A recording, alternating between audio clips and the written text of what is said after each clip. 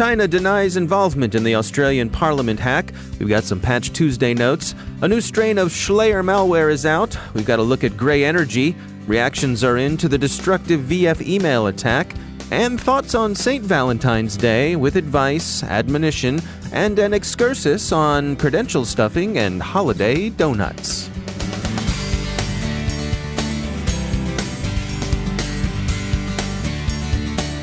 It's time to take a moment to tell you about our sponsor, Recorded Future.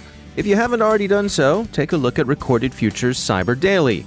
We look at it, the CyberWire staff subscribes and consults it daily. The web is rich with indicators and warnings, but it's nearly impossible to collect them by eyeballing the internet yourself, no matter how many analysts you might have on staff. And we're betting that however many you haven't got enough. Recorded Future does the hard work for you by automatically collecting and organizing the entire web to identify new vulnerabilities and emerging threat indicators. Sign up for the Cyber Daily email to get the top trending technical indicators crossing the web, cyber news, targeted industries, threat actors, exploited vulnerabilities, malware, suspicious IP addresses, and much more. Subscribe today and stay ahead of the cyber attacks. Go to recordedfuture.com/cyberwire to subscribe for free threat intelligence updates from Recorded Future.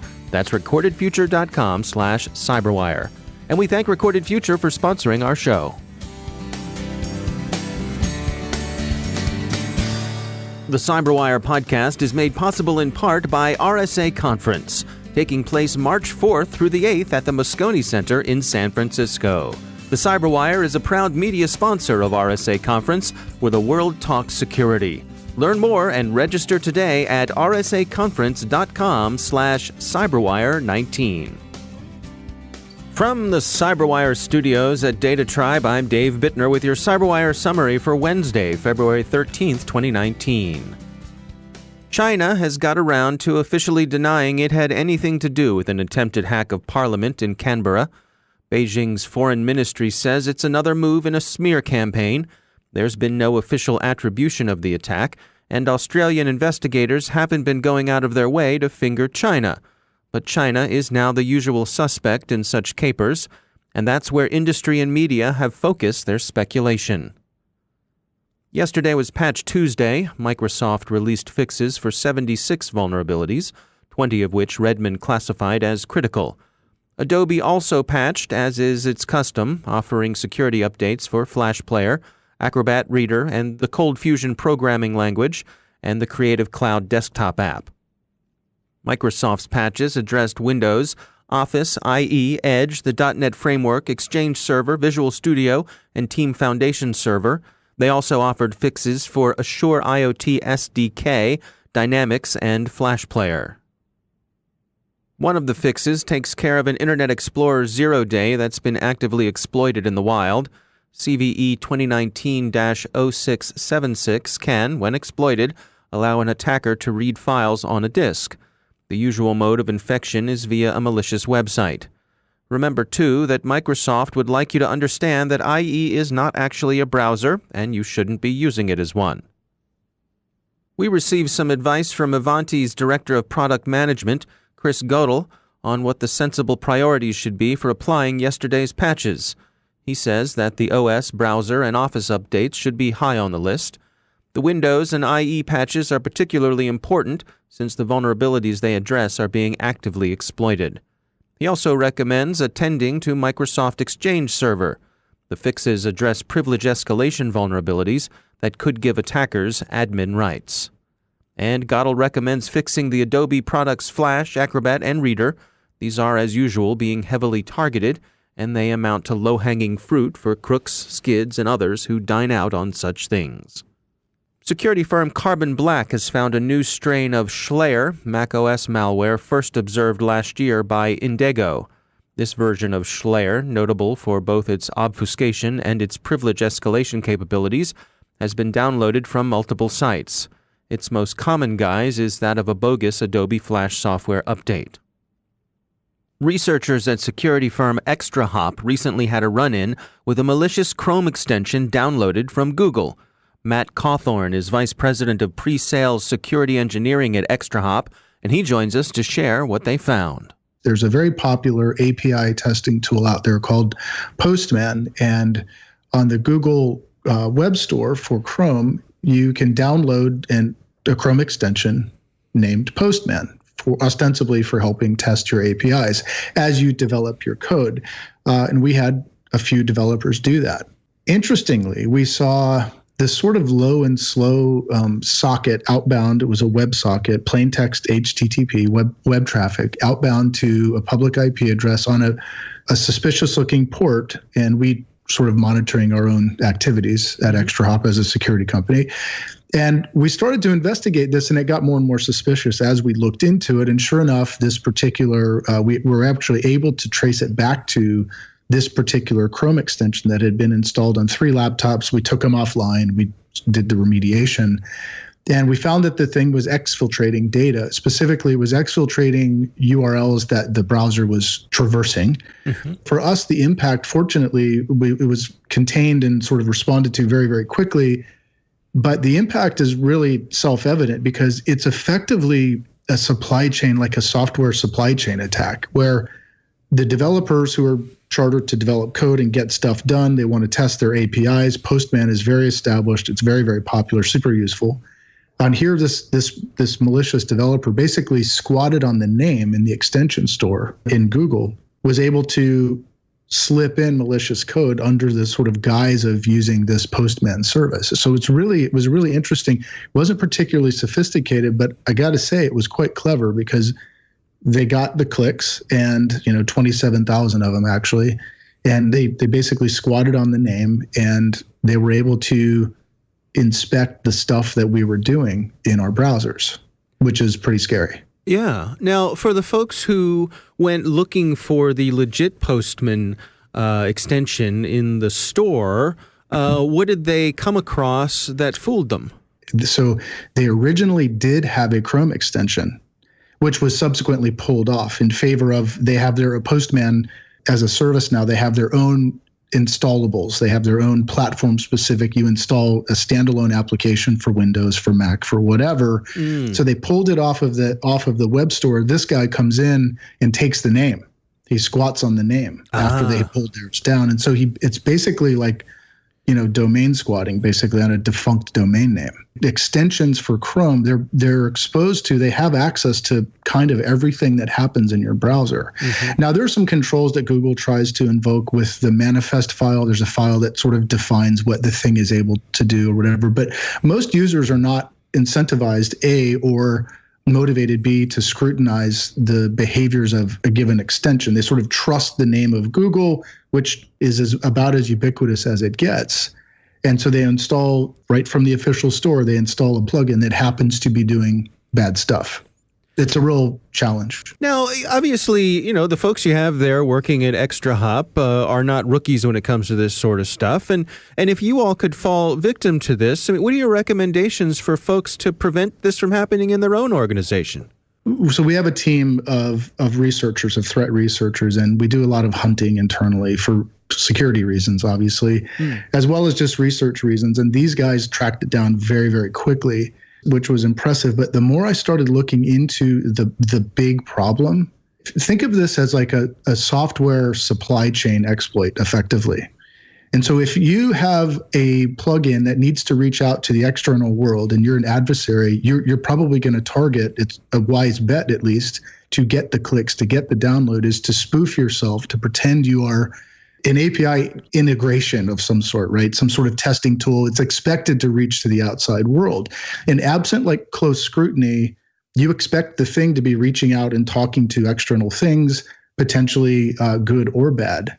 And you might not think about the bad part. So from a recommendation perspective, there's a lot that goes on here. And the deeper you go into the software supply chain attacks, the scarier it becomes, frankly, because recommendation-wise, you got to scrutinize it. And you have to be aware of the different tools, tactics, and procedures that they can invoke to bypass detection and to convert the click event, if you will, to get themselves installed. And here, the main vehicle, as unsophisticated as it was, like I said, it was quite clever, is they just squatted on a name that they knew was very popular, that they knew was going to be downloaded, at least by some, to get effective work done for the company as they wrote code. That's Matt Cawthorn from ExtraHop. The ICS security specialists at Nozomi have published their research into gray energy, a strain of malware security firm ESET discovered in 2018. A successor to black energy, gray energy has been used against infrastructure targets in Ukraine and elsewhere. As its name suggests, although the malware has been deployed against several targets, gray energy's controllers have most famously used it against targets associated with power distribution. Nozomi points out a feature that tends to make the malware resistant to reverse engineering. It's surrounded by a lot of junk code. Obfuscation hinders observation. The malicious code has been examined, but analysis had to work through a lot of irrelevancy. The destructive attack VF email sustained Monday still looks like a motiveless hack. The email service is still trying to restore what it can, but most of its data appear to be gone for good. We heard from Vectra's head of security analytics, Chris Morales, who noted in an email that, quote, "This kind of destructive attack with no stated motive or demands is quite rare," end quote. Praveen Jain, CTO at Kavarin, said that apparently motiveless attacks like this one underscore the importance of not only air-gapped backups, but of better employee training. And finally, tomorrow is St. Valentine's Day.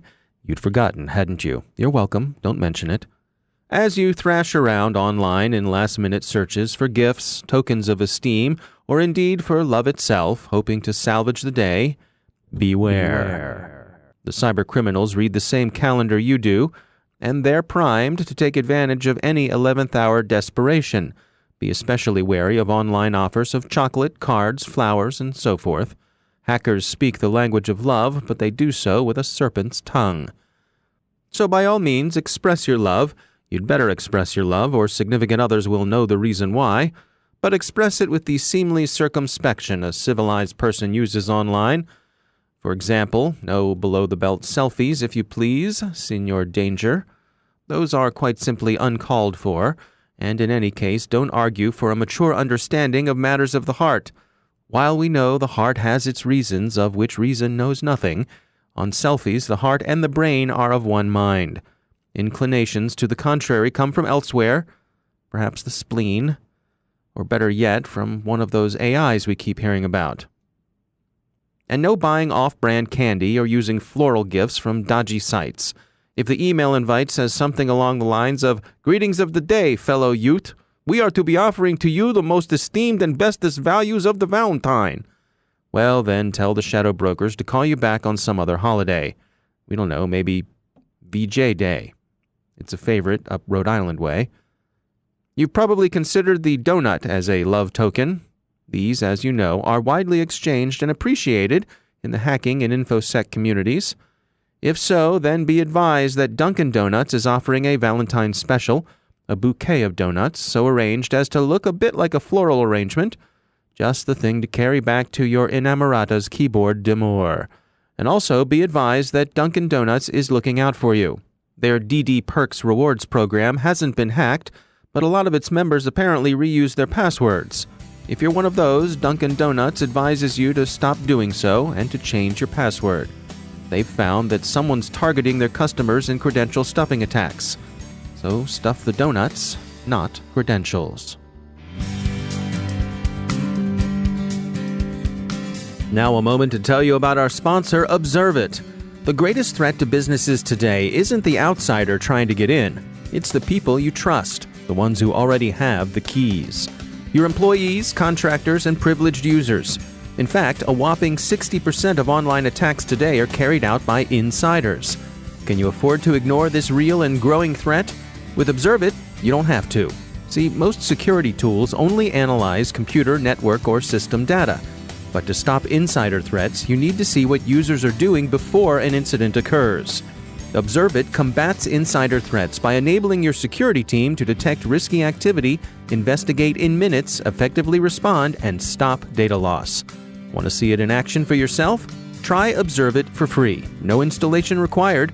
Go to observit.com/cyberwire. That's observit.com/cyberwire. And we thank Observe It for sponsoring our show.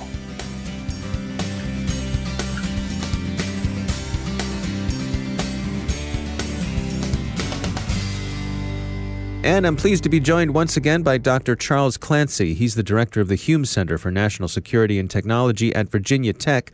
Dr. Clancy, great to have you back again. We saw a story come by about some work that the Pentagon had been working on. This is using artificial intelligence to do a better job with an ever-tightening RF spectrum availability, and it was something called the Spectrum Collaboration Challenge. What was going on here? The Spectrum Collaboration Challenge is a program that was launched by the Defense Advanced Research Projects Agency, or DARPA.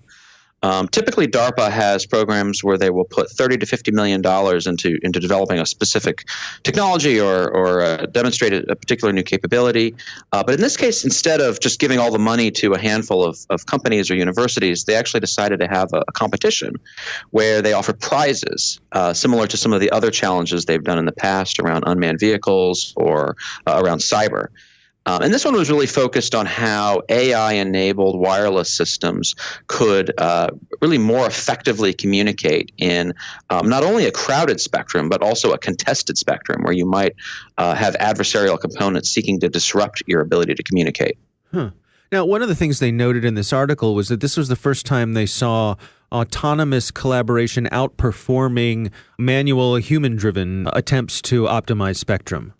Exactly. So historically, spectrum planners have decided what channels should be used by different systems in order to minimize interference. And it's all been a very static plan. And that works well because you're divvying up the spectrum, but it leads to inefficiencies. In fact, many DoD bands are only about 30% occupied, even at their peak times, just because of all of the buffers and guards that are needed in order to make sure that signals don't bump into each other. If you want to get above that 30% and be more efficient in the use of the spectrum, then you really need dynamic reactive systems that can identify where the holes are and coordinate among each other to identify who should communicate where and when. And this decentralized autonomy is particularly challenging because if you can imagine military spectrum, you could have links from aircraft to ships. You could have radar systems. You could have all kinds of different things that use the electromagnetic spectrum and do so in very incompatible ways. So the ability for all of them to really choreograph themselves to achieve higher efficiencies is really impressive. Yeah, another thing that struck me from this article was they mentioned that the military is in the process of turning over up to 500 megahertz of spectrum to the private sector in the next couple of years. And I suppose, I mean, that's an ongoing tension between the military's need for that spectrum, but the real hunger for that spectrum on the commercial side. Exactly. The military has a lot of spectrum that they use. They don't use it very often, but when they do use it, it's really important. One example that's part of that 500 megahertz is 150 megahertz that sits at 3.5 gigahertz. And over the last 2 years, the Federal Communications Commission, or FCC, has gone through a rulemaking process to establish what's called the Citizens Broadband Radio Service, or CBRS.